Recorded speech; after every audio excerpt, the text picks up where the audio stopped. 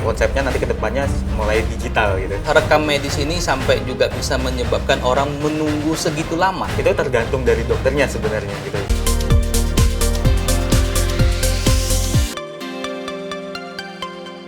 Kita kembali lagi di Opini Kesehatan ya. Kali ini kita bersama Pak Batiar Wahab, SST, MKM. Gimana aktivitasnya? Ya, biasa Pak ya, musim hujan sekarang ya kan? Oh, musim hujan ya. Musim hujan.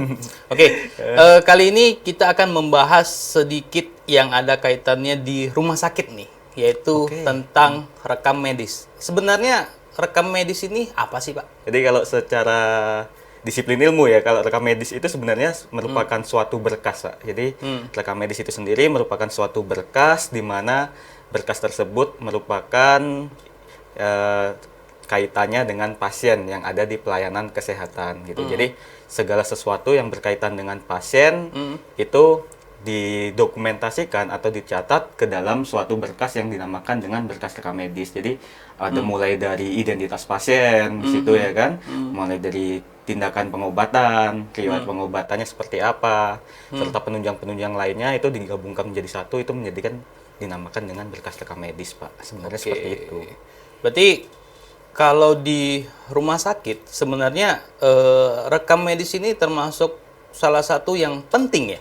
Atau bagaimana, Pak? Ya, kalau di rumah sakit sebenarnya nggak cuma di rumah sakit ya. Jadi di seluruh pelayanan kesehatan, jadi kayak pelayanan kesehatan baik dia puskesmas, klinik maupun rumah sakit, itu merupakan sesuatu yang sangat penting, Pak. Gitu. Jadi emang fungsi rekam medis ini dia sebagai acuan dokter atau legalitas dokter untuk mengabsahkan segala tindakan yang dilakukan terhadap pasiennya seperti itu. Jadi segala sesuatu tindakan nih, dokter melakukan tindakan nih kepada pasien. Nah, semua tindakan tersebut itu di-record atau dicatat ke dalam suatu berkas rekam medis ini, Pak, gitu. Jadi ini emang sangat penting sih fungsinya rekam medis itu baik di puskesmas, rumah sakit maupun klinik sebenarnya gitu. Oke, baik. Jadi ini kan rekam medis berarti kan menggunakan digital ya, teknologi ya? Ya, sekarang dari PMK kemarin ya, di bulan Agustus sudah keluar PMK 24 tahun 2022. Itu emang mengatur rekam medis yang awalnya dulunya itu masih manual, paper based, menggunakan paper gitu ya kan. Itu sekarang udah diatur terkait dengan digitalisasi. Jadi emang konsepnya nanti kedepannya mulai digital gitu. Oke. Nah, berarti dari zaman dulu rekam medis ini sudah ada ya, Pak? Ya, kalau rekam medis, riwayat rekam medis sih sebenarnya udah ada, Pak ya. Jadi perkembangan rekam medis itu sebenarnya itu mulai dari perkembangan ilmu kedokteran itu udah ada gitu ya. Jadi saya dulu pernah baca artikel kalau nggak salah itu penemuan rekam medis itu ada arkeolog dulu di Spanyol gitu. Dia menemukan sebuah lukisan di dinding, itu lukisan-lukisan orang pada zaman dulu itu mendokumentasikan tindakan kedokteran pada zamannya itu melalui pahatan-pahatan di dinding gua gitu, dan itu usianya kalau nggak salah 250.000 sebelum Masehi gitu. Jadi emang riwayat rekam medis emang udah lama gitu sebenarnya. Nah, berarti rekam medis ini sudah ada dari zaman dulu, kita bilang zaman prasejarah ya, karena dilihat dari lukisan di zaman batu, di gua ya. Nah, sebenarnya kalau kita bahas masalah rekam medis ini, kalau boleh tahu Pak, sebenarnya permasalahan yang paling sering kita jumpain di rekam medis ini seperti apa sih Pak? Ya, jadi kayak kemarin kasus di kota Surabaya ya. Jadi wali kotanya itu menanyakan terkait dengan pelayanan di salah satu RSUD ya kan.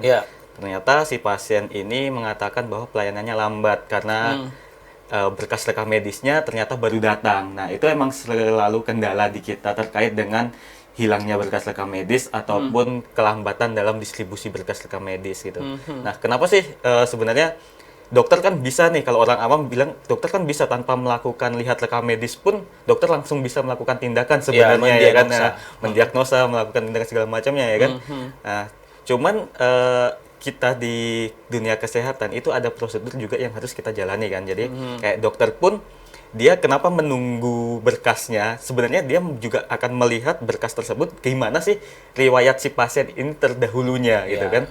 Jadi kayak mungkin kalau dokter itu tidak melihat riwayat sebelumnya, nah kan bisa jadi bahaya juga. Contoh, ketika pasien itu berobat ternyata dia ada riwayat alergi antibiotik contohnya. Nah, dokter ternyata tidak melihat nih tidak melihat riwayatnya dari pemeriksaan sebelumnya gitu. Tiba-tiba dia suntikan aja antibiotik. Nah, itu kan jadi masalah yang baru nantinya untuk pasiennya. Nah, inilah berkas rekam medis inilah yang berfungsi sebagai pengingat, ibarat catatan dokter terkait riwayat-riwayat pasien terdahulunya gitu. Jadi jauh lebih safety, lebih bisa untuk mengedukasi si pasien sebenarnya harusnya sih di rumah sakit itu ya gitu. Oke, berarti rekam medis ini tujuannya untuk membantu, salah satu tugasnya si dokter agar tidak ya mungkin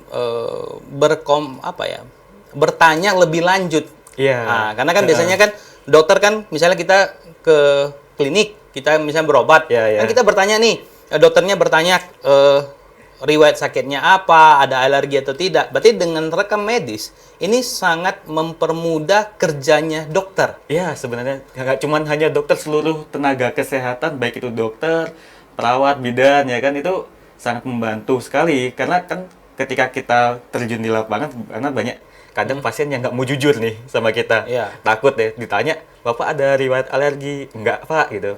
Atau mungkin dia emang nggak tahu nih riwayat alergi dia alergi terhadap apa. Nah, itu kan sering terjadi. Nah, kalau kita semuanya melihat dengan dokumen berkas rekam medis ini, kita tahu nih gitu loh.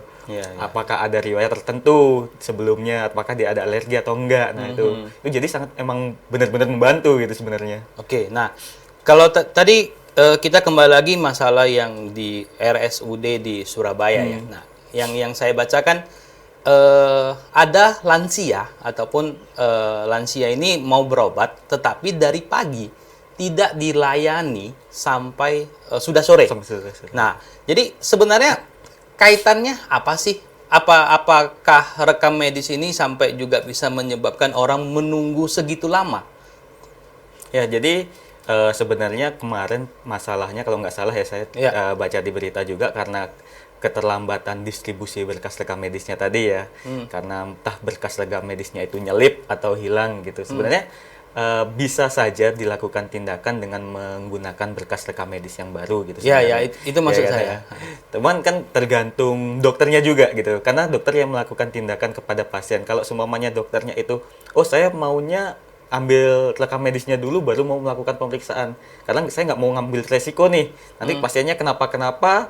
Nah, itu tergantung dari dokternya sebenarnya gitu. Sebenarnya kita di bagian rekam medis udah ada standarisasinya sendiri. Untuk distribusi berkas itu paling lambat di 15 menit ataupun 10 menit ya sebenarnya. Cuman kita tidak bisa memungkiri gimana kendala di lapangannya, kadang ada berkas yang nyelip atau hilang kan gitu. Kita kan itu udah di luar konteks kita sebenarnya. Solusinya kita bisa berikan itu bisa dengan rekam medis baru sebenarnya. Jadi nanti ketika berkas yang lama itu ditemukan, bisa ditaruh di situ, digabungkan di situ gitu.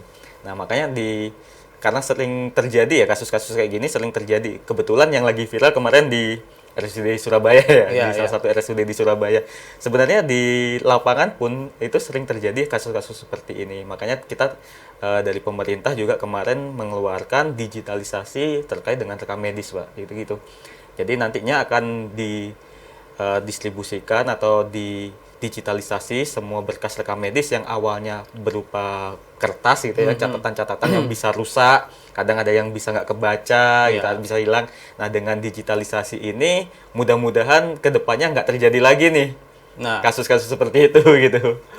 Kalau ya kita bahas masalah digitalisasi ya, berarti kan harus disupport dengan perangkat yang memadai nih. Nah, kalau perangkatnya tidak memadai, ya hal ini juga nggak akan terjadi. Bisa saja kan kasus yang terjadi di Surabaya ini salah satu dipicu oleh mungkin ya bisa saja kita bilang SDM yang tidak memadai.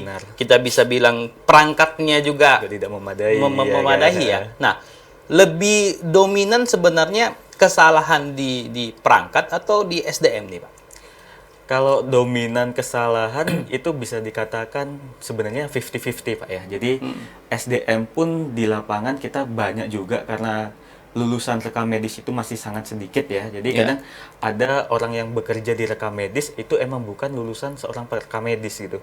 Jadi emang dari SMA, dia tamatan SMA gitu, atau dari profesi lain gitu. Ataupun perawat misalnya nggak punya STR ya kan, bisa masuk ke rekam medis gitu.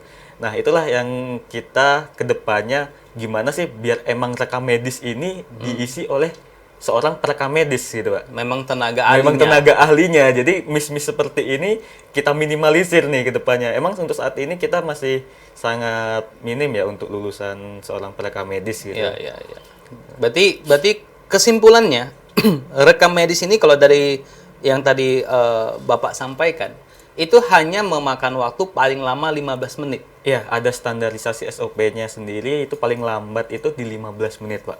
Jadi antara kalau dia rawat inap itu atau pasien lama itu sekitar 5 menitan itu harusnya udah terdistribusi gitu. Oke, karena tinggal lihat database, tinggal di print ya, kalau sudah sistem komputerisasi ya. Tinggal print, tinggal ambil berkasnya gitu di filing itu selesai udah gitu distribusi. Oke, berarti itu dari rekam medisnya. Rekam medisnya. Berarti kan rekam medis ini kan kita mendata supaya tidak juga terjadi kesalahan, contohnya nama. Ya kadang-kadang kan orang bisa nama yang sama, kan gitu ya. Seperti Pak Batiar misalnya. Banyak nih yang rupanya di kamar ada 5 Pak Batiar. Ya. Nah, berarti kan harus dilihat dulu dari usia segala macam gitu Pak ya. Itu tujuan dari rekam medis ya.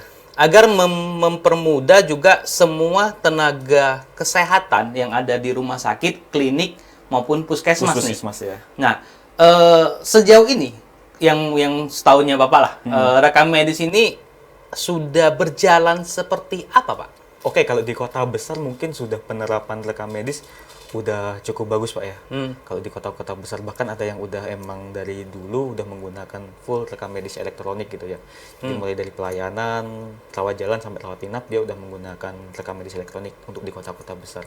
Cuman kalau untuk di kota-kota kecil nih, nah kita kan Indonesia ada kota besar ada kota kecil gitu, negara kepulauan. Jadi biasanya kalau yang di kota-kota kecil ini yang agak kesulitan biasanya. Jadi mereka emang satu SDM-nya yang kurang mumpuni. Jadi bukan jarang ya, bahkan ada yang tidak ada SDM yang emang lulusan dari seorang perekam medis gitu. Jadi itulah yang mengakibatkan rekam medis ini nggak jadi efektif lagi gitu. Harusnya kan rekam medis ini menjadi hal yang sangat penting atau jantungnya suatu instansi gitu. Karena kalau nggak ada rekam medis kita nggak bisa aspek legal tindakan kedokteran di situ kan.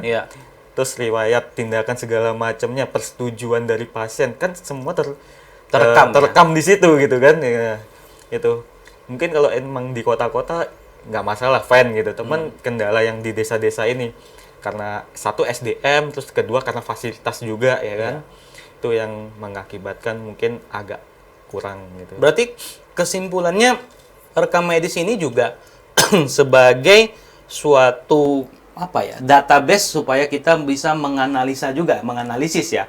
Contohnya misalnya di kecamatan A, ya misalnya yang berobat ke puskesmas ada 2.000 orang. Nah, dari 2.000 orang ini berarti kan dari kita bisa menganalisa penyakit apa yang rutin. Nah, nanti juga bisa mempermudah si kepala puskesmas untuk menyiapkan obat. Benar seperti itu Pak. Benar. Jadi emang selain fungsi itu tadi, fungsi rekam medis itu sebagai analisis ya. Jadi contoh di suatu wilayah kota A gitu ya kan, dia pasiennya banyak nih yang berkunjung ke rumah sakit gitu ya kan, pasien banyak. Nah dari situ kita tahu nih riwayat penyakit apa aja sih yang sering muncul. Nah kadang biasanya kita emang tiap bulan, ada laporan bulanan terkait dengan yang namanya 10 besar penyakit. Jadi kita tahu nih tren riwayat penyakit apa nih yang paling tinggi untuk bulan ini. Jadi dinas-dinas terkait kayak dinas kesehatan atau formulasinya nanti itu bisa menyediakan nih stok obat yang kira-kiranya banyak mana nih penyakit-penyakit yang sering terjadi gitu. Jadi biar nggak overstock juga ya. Seperti itu. Oke, thank you Pak. Mungkin kita akan jumpa di topik berikutnya lagi. Baik, kasih Pak.